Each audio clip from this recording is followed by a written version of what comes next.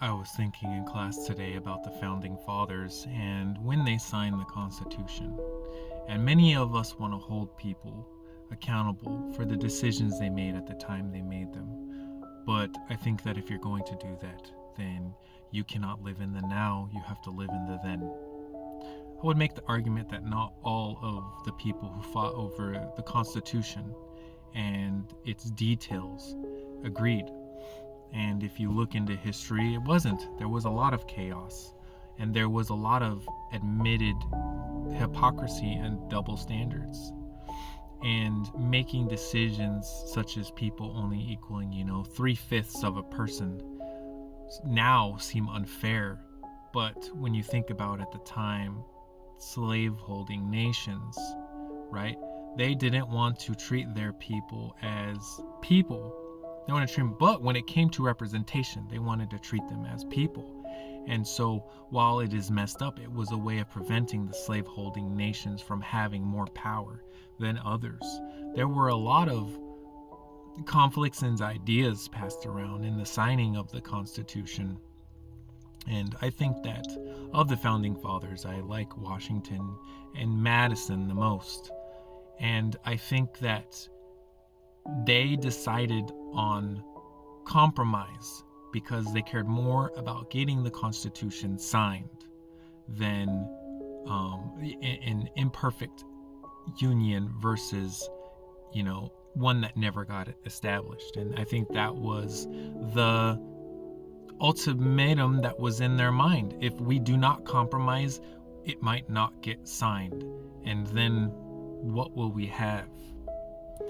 And so I think like I said, I think a lot of the things and decisions that we talk about now and the people that were considered land-owning elites and stuff, and that the Constitution was written for them.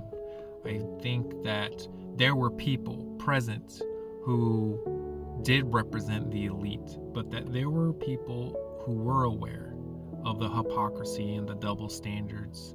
And the reason that they wrote the Constitution with the ability to be amended in the future is because they understood that eventually people would wake up more, and when they did, they would be able to they would be able to amend the Constitution further.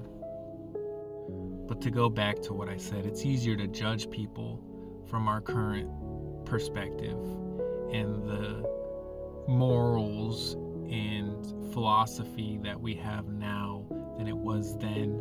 But I think that not only should we look at the people who signed the Constitution and what the Constitution entails, but we should also look at the Federalist Papers. The Federalist Papers and the Constitution should seem like companion documents. And further, we should look at the philosophers that influenced our founding fathers, like John Locke, and there's a lot. I don't know them all by name, but I think if you want to understand the mindset of many of our founding fathers, look at the philosophers that they were influenced by, and then you will truly understand.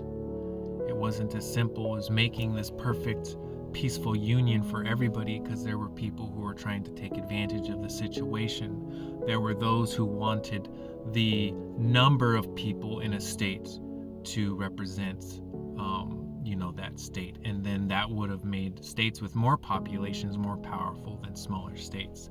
There were, as I said, people who wanted the southern slave owning states literally wanted to count their slaves towards their representation.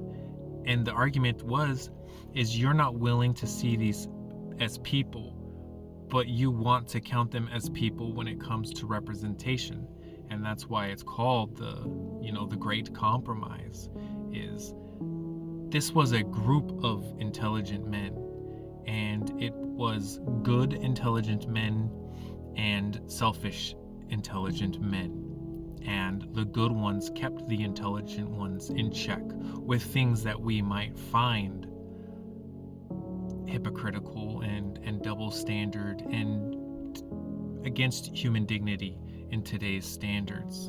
But as I said, you have to put your mindset into the then and look at the situation, because it's easy to do it now and to judge them.